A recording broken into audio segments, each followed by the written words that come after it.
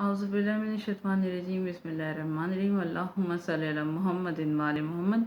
मैं हूँ हिना और लोगों की रहनुमाई के लिए अपना चैनल न्यूज़ अपना चैनल शुरू किया है ताकि हमारा इल्म लोगों तक पहुँच सके और कुछ वज़ाइफ जो मैं गाहे बगाहे ज़िक्र करती रहूँगी। तो आज मैं बयान करूँगी कि क्या ऐसा अमल करें। लोग अपने चेहरे को खूबसूरत बनाने के लिए कभी फेशियल करते हैं और मुख्तलिफ़ किस्म की क्रीमें वगैरह यूज़ करते हैं। तो परवरदिगार आलम ने हमें हमारी रहनुमाई के लिए, हमारे हिदायत के लिए जो कुरान मजीद भेजा, उसमें परवरदिगार आलम ने हर बीमारी का और हर मसले का हल भी बयान किया है। तो आज मैं बयान करूँगी कि चेहरे पर नूर कैसे पैदा हो।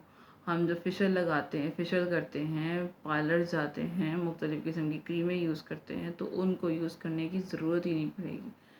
परवरदिगार आलम ने कुरान करीम में हमें ऐसी दुआ अता की है कुरान करीम के ज़रिए से कि हमारे चेहरे पर तो नूर होगा ही, हमारे दिल में भी नूर पैदा होगा। ज़ाहिर सी बात है, जब हमारे दिल हमारा हर किस्म की कदूरत से पाक होगा तो हमारे चेहरे पर ऑटोमेटिकली नूर आएगा।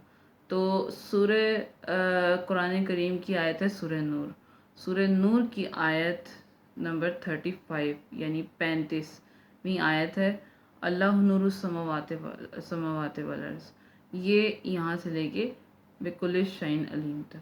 तो दिल में और चेहरे पर नूर पैदा करने के लिए रोज़ाना एक मरतबा पढ़ कर अपने ऊपर फूंक लें, और अगर चाहें तो मुमकिन हो तो पानी पर दम करके वो पानी ख़ुद भी पिएं, अपने चेहरे पर भी लगाएं, और इंशाअल्लाह ताला 40 दिन नहीं गुजरेंगे आपको अपने दिल में भी सुकून महसूस होगा और अपने चेहरे पर भी नूर महसूस होगा।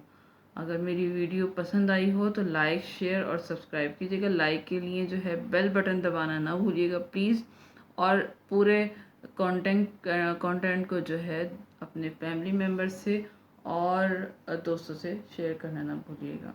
मिलती हूँ नेक्स्ट वीडियो में।